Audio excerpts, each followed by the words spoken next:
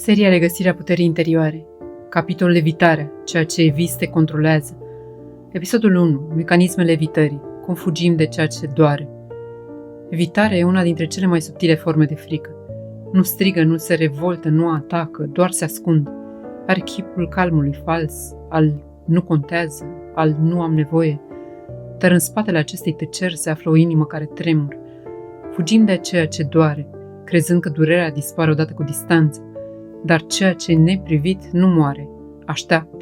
Așteaptă un moment de liniște, o fisură în zid, o clipă de sinceritate. Și atunci revine, sub forma anxietății, a oboselii, a golului inexplicabil. Mintea crede că evitarea e protecție, dar sufletul știe că e închisoare.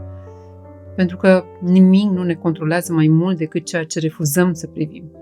Frica ne devine gardian, rușine, pereți invizibili, iar amânarea, cheia care ne ține blocați în spatele ușii. Evitarea nu e doar o alegere, e un reflex învățat. Am fost învățați să fugim de lacrimi, să ne ascundem vulnerabilitatea, să credem că a simți e periculos, că durerea e rușinoasă. Dar tocmai acolo, în ceea ce ne sperie, se ascunde adevărata libertate. Când eviți, te rupi de tine. Îți pierzi busola interioară, pentru că frica devine ghid și cu fiecare pas făcut departe de ceea ce doare, te îndepărtezi de propria inimă. Dar într-o zi, tăcerea devine prea grea. Ești obosit să fugi, să controlezi, să ascunzi. Și atunci, în loc să te mai opui, respiri adânc și spui, gata, nu mai fug. Adevărata vindecare începe nu când durerea dispare, ci când nu te mai temi să o simți, pentru că durerea nu e dușmanul tău, e ghidul tău.